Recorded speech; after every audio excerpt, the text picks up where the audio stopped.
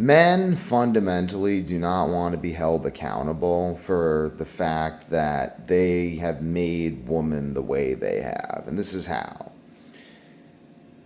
Men have ruined woman not through their own direct actions, because most of them don't have this option. Most men struggle to get laid. Because most men struggle to get laid and relate to women and all this stuff, they idolize men who can. And I know this because I've been that dude. Been on both sides.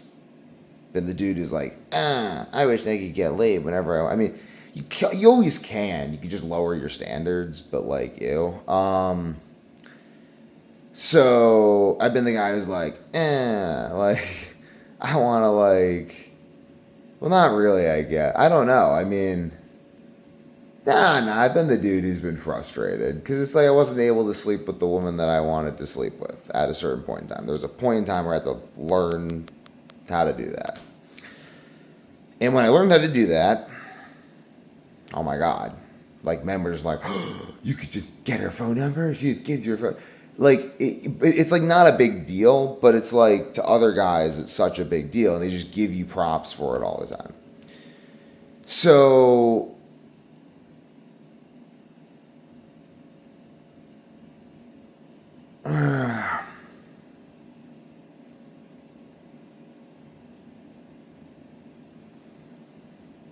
it is the men encouraging fornicating by giving other men props for fornicating. Because if they didn't do that and men actually discouraged fornicating, I'm thinking about this and I'm like, is there any realistic way to get the average dude to look down on men who are successfully fornicating?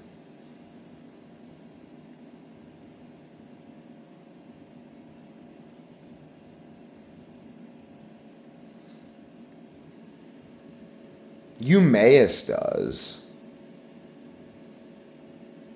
As Eumaeus in the Odyssey looks down on the suitors, but they're not really. That's sort of different.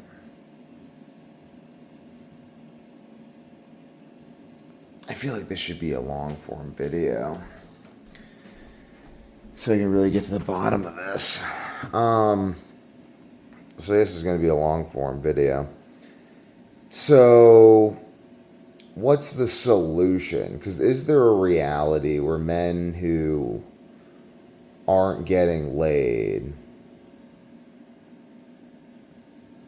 the purpose of civilization is to make it so that the average man does not struggle to get laid or to find a wife and have children. That is the point of civilization.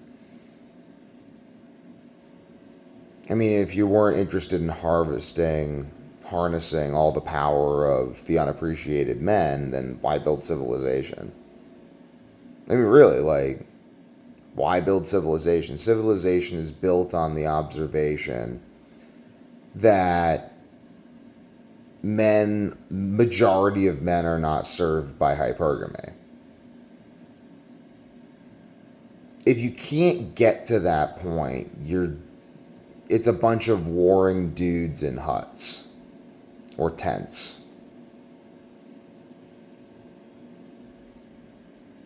And if it isn't, it becomes that after one generation, because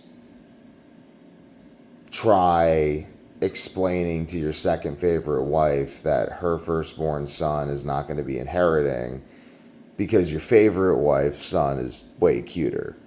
It's like not going to happen. Like, he's like, well, it's like, but he's so cute though. I have to leave him all myself. It's just not. Yeah, it creates problems. So fundamentally, like, is it the men's fault?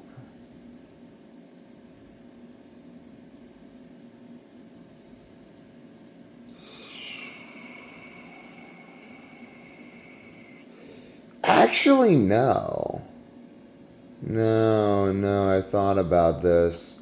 It's the only power women actually have. This is the power, not the only power women actually have. I mean, this is the power women have. Like, women are like, oh, my power, my power. It's like, this is your power. You can control how men act in order to get vagina. You can. Because fundamentally, you can have all the men trying to impose monogamy on women, but if the woman don't want to, like if the woman won't judge other women, if the woman won't encourage and raise the other generation of women to not do that behavior, then it's fundamentally just going to continue. Because... But maybe it's also the men. Maybe it's also the men. Maybe it's also the highest status man in the environment. What he picks for his woman becomes the gold standard by which all other men judge. But then also at the same time, like, men and women need to work together, because if it's just the man,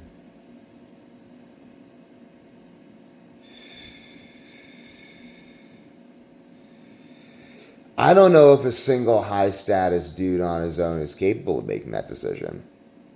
Historically.